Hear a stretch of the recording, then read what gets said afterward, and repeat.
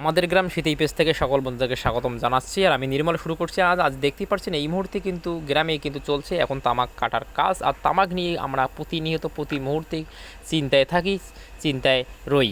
মূলত কৃষকরা যেভাবে মাঠে শ্রমদান করেন, শ্রমের যে মূল্য সেই মূল্য তারা কিন্তু সঠিকভাবে পায় না, যার ফলে তাদের দুঃখের দশা, সেই করুণ ইতিহাস কিন্তু আমরা জানলে চমকে যাব অনেকেই। আর সেই ছবি দেখতে পাচ্ছেন এই মুহূর্তে আমাদের গ্রাম শীতেই পেজ থেকে দেখতেই পারছেন, অর্থাৎ গ্রামের সেই বৃদ্ধ মহিলারাও কিন্তু বাদ পড়তেছে না এই মুহূর্তে। তারা কিন্তু চাষের জমিতে অর্থাৎ তামাকের কাজে ব্যস্ত হয়ে পড়েছেন। শুধু তাই নয়, এলাকার মহিলারা তারাও কিন্তু মাঠে পড়ে রয়েছেন, এমনকি বৃদ্ধরা তারাও কিন্তু মাঠে রয়েছেন। তো সকাল থেকে সন্ধ্যা অবধি একই ছবি কিন্তু আমরা দেখতে পারি।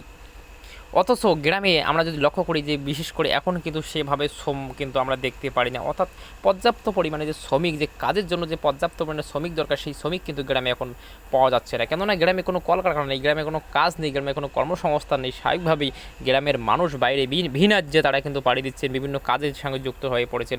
এখন স্বাভাবিকভাবেই কিন্তু গ্রামের যে কাজগুলো করতেছে, গ্রামে যে তামাক কাটার কাজ, বিভিন্ন ধরনের যে গ্রামের কাজ থাকে সেই কাজগুলোতে কিন্তু এখন সব জায়গায় কিন্তু শ্রমিকের কিন্তু একটা সংকট আমরা লক্ষ্য করতে পারি।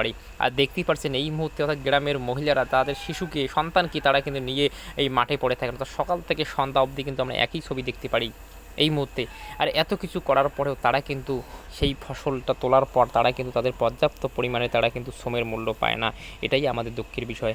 আশা করি সকলেই ভালো আছেন, সুস্থ আছেন, সতর্ক থাকবেন। Thank you, all the best.